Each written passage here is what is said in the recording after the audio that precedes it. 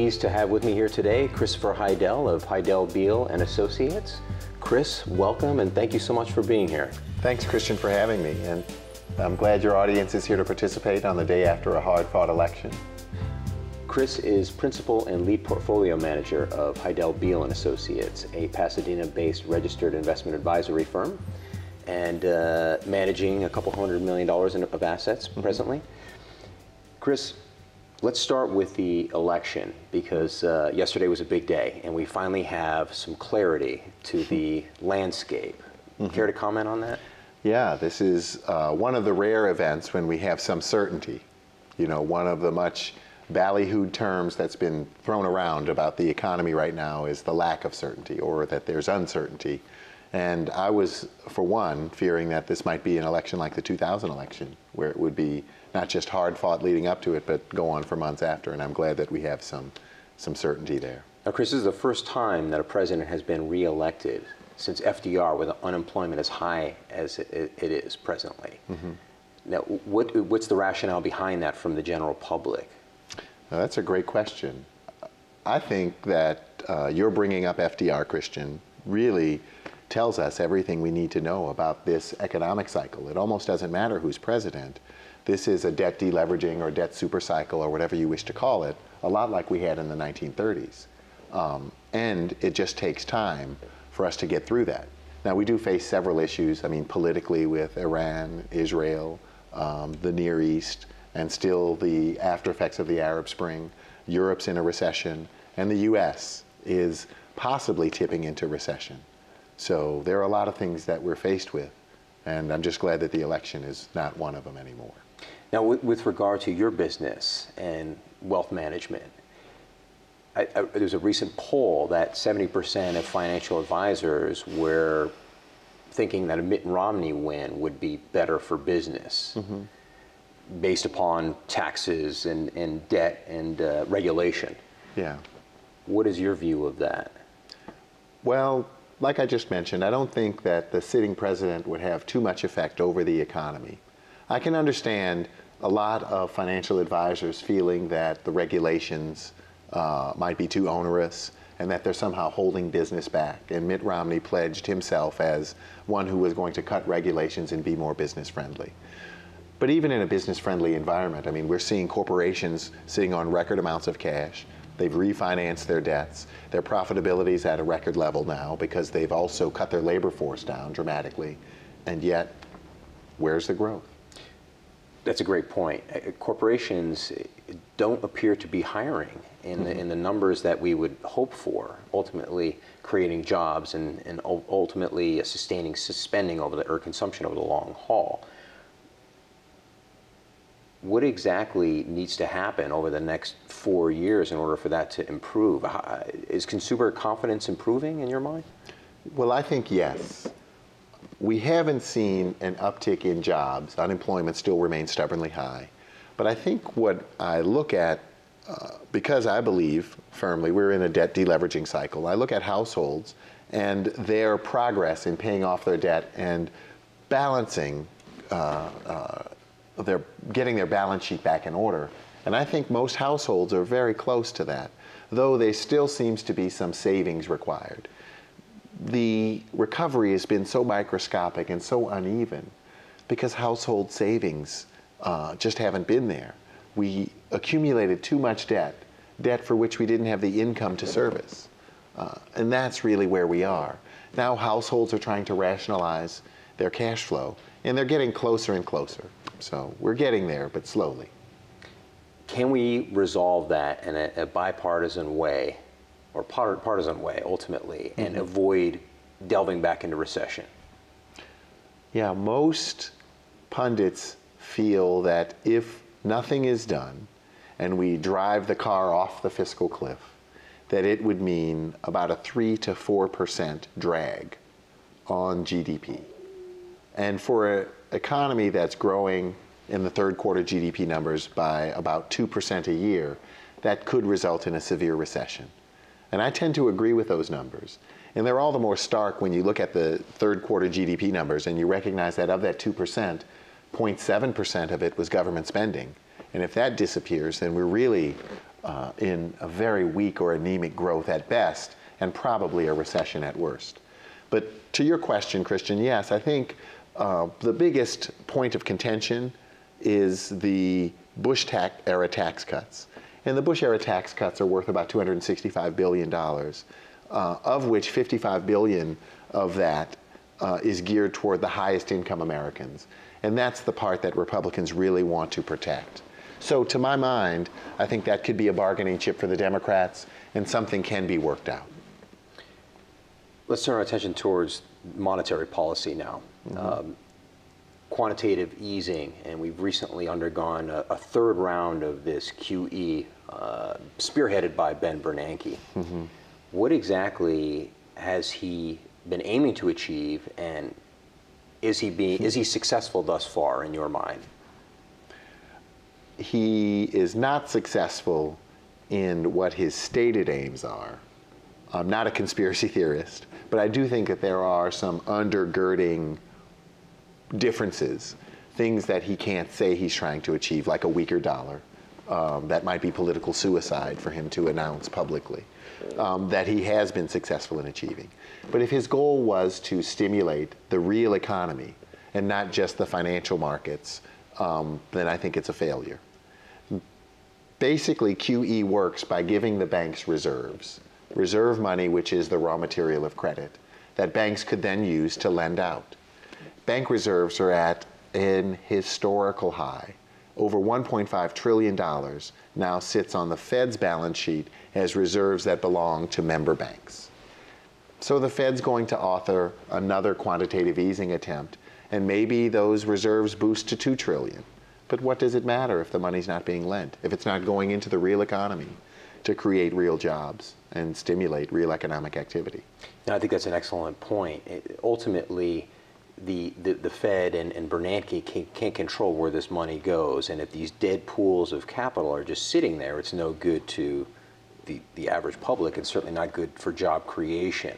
So how does that dynamic change? I mean, is there any way that ultimately that money can reach its intended purposes of spurring job growth and fueling lending and credit expansion?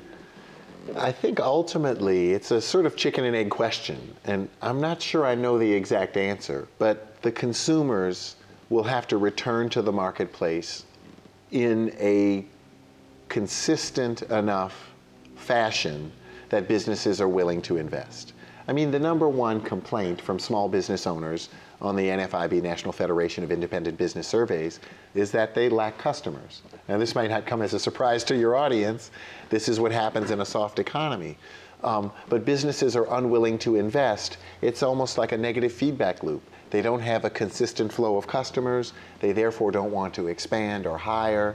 And we're sort of in this catch-22. It seems when I look at the numbers economically that each spurt of spending from the consumers is really just a drawdown of their savings. And we haven't had a real increase in household income or wages, which are back to 1998 levels, for some time. And that will come, but only after households have repaired their balance sheets and really rectified their cash flow in this debt deleveraging cycle. Well, we know that a lot of these multinational companies are sitting on tremendous capital reserves that are offshore and that they fail to bring back into the U.S. because of taxes. So how does that change ultimately, and how do we get that money back over here and maybe funnel it in the right direction for the consumer or the potential employee? Well, this is a structural issue, and it'll take a change in tax policy and tax code. You know, the U.S. has always been a country where it's very easy to bring money and capital in. It's been harder lately to get it back out. So businesses, international businesses, multinational corporations that have earned money overseas have just chosen to keep that money overseas rather than risk it being trapped, if you will, in the U.S. The situation in Europe, the sovereign debt situation, because it seems to me that there are some rumblings there once again after a kind of a dormant period. What do you foresee as the near-term risks, and is there anything going on in Greece or Italy or Portugal that is a positive sign? No. I don't see any positive signs. You know, it's the classic case, Christian, where we've tried to solve the problem of too much debt with more debt. Usually that happens where private debts, like here in the US and in Great Britain, have been taken over by the government.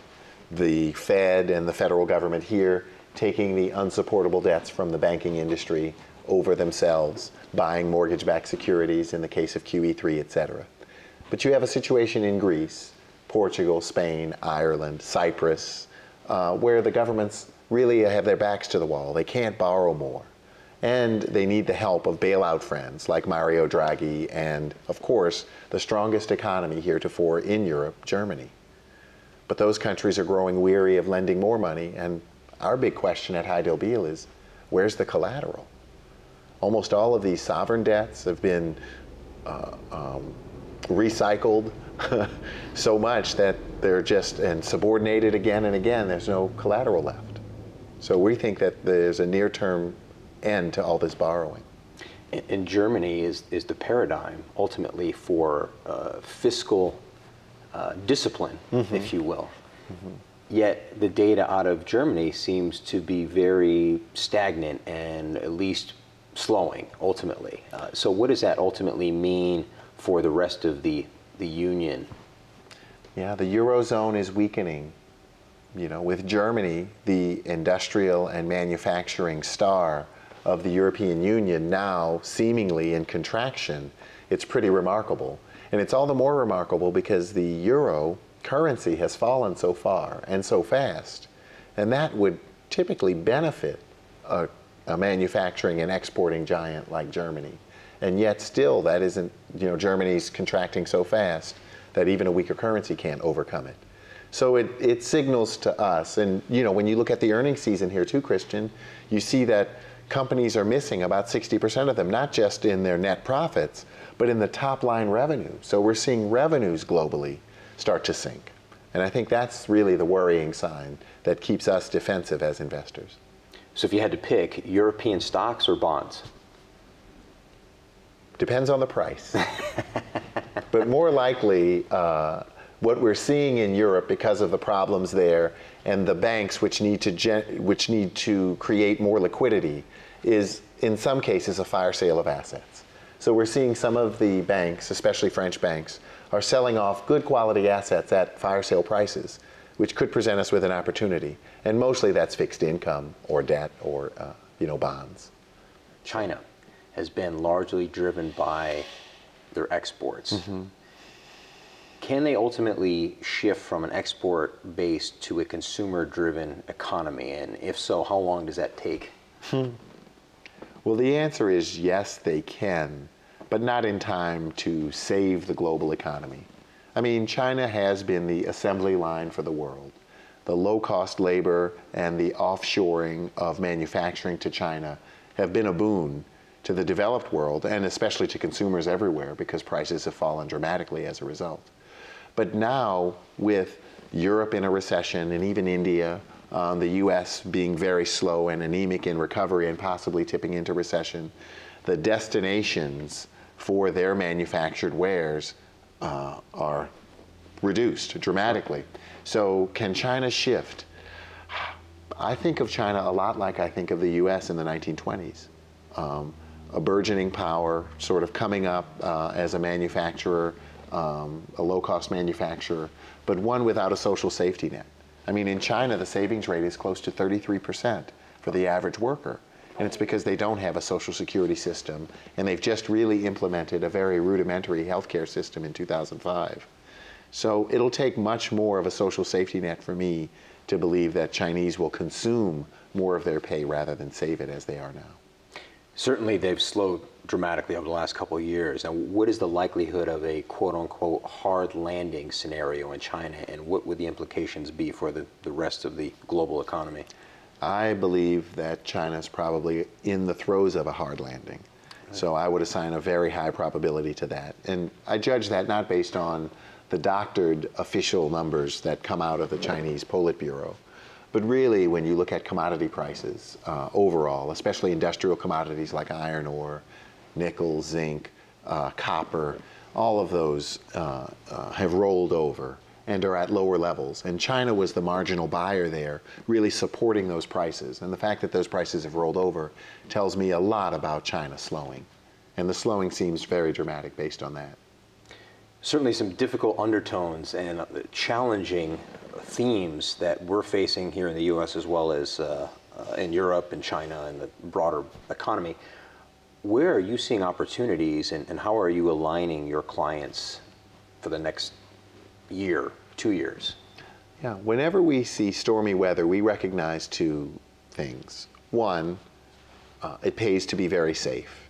And in that realm, we've chosen treasuries, U.S. treasuries, and long-dated treasuries as a core holding in our client portfolios because we feel that the best credits in the world, being U.S. treasuries still today, will attract a bid, that they may be the destination for those seeking a return of capital rather than just a return on capital, and a destination for flight capital, people who are fearful in the worst resort. The second thing is, too, I think it pays us to know, Christian, that opportunities favor disguise as trouble.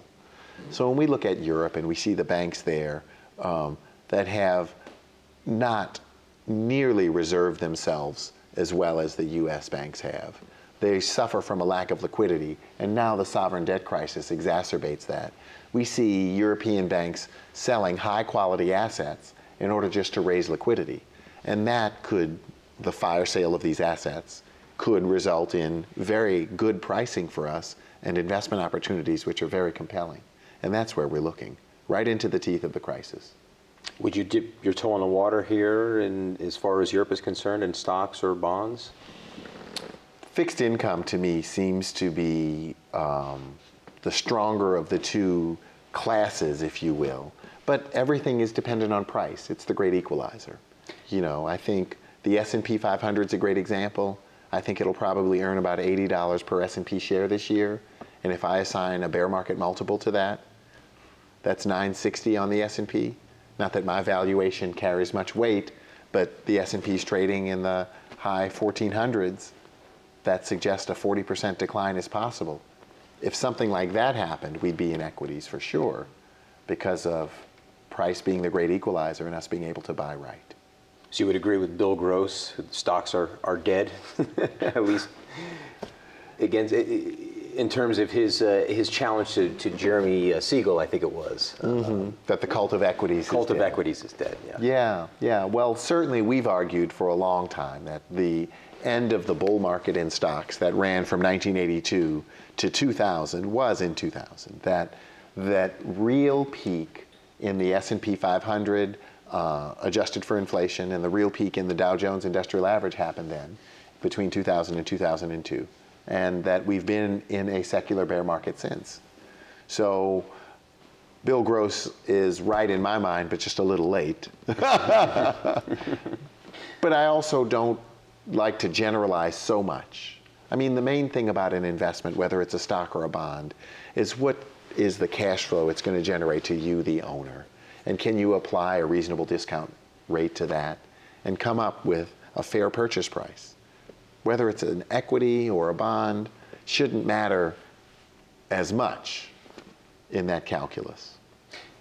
So how much longer ultimately before things change in terms of long-term sustainability? How much longer before we're back into the bull market days that we've seen or we've grown accustomed to? Kenneth Rogoff and Carmen Reinhart wrote a seminal book, This Time is Different, where they looked at past deleveraging cycles and surmised that it's around a 16 to 18-year cycle. That's interesting because when you look at bull and bear market cycles, they tend to run in alternating 15 to 20-year cycles as well. So I don't know that those two numbers being similar holds any weight, but I think we are in a deleveraging cycle. And I do believe that the bear market began in 2000, and probably the early part of the deleveraging cycle started then when Greenspan pushed credit to a very low price and fostered a housing boom to make up for the technology, media, and telecommunications bubble, which had just burst. So some of the deleveraging started there and that was replaced by another bubble. But if 16 to 18 years has been the historical norm, that suggests that 2016 to 2018 is when we'll start to really come out of this in a sustainable fashion.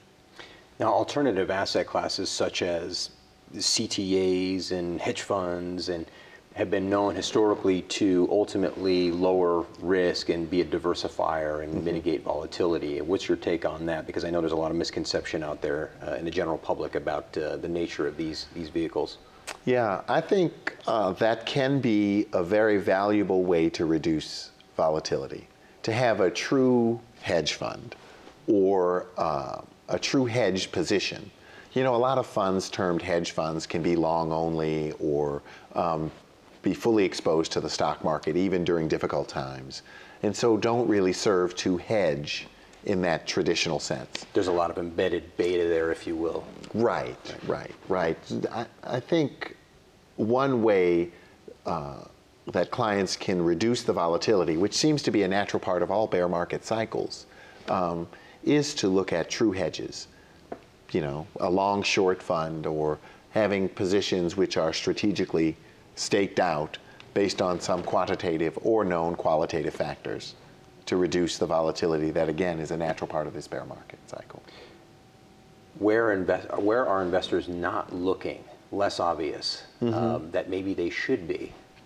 Well, I alluded to it earlier. I think most of us shy away from looking right at a crisis. But the crisis, as many famous investors have said, should never be wasted. You can find great investment opportunities and very low prices often as the dust settles. And again, in Europe, what we're seeing is a lot of banks are offloading very good quality assets in an effort to raise liquidity and much needed funds as they face a sovereign debt crisis over there.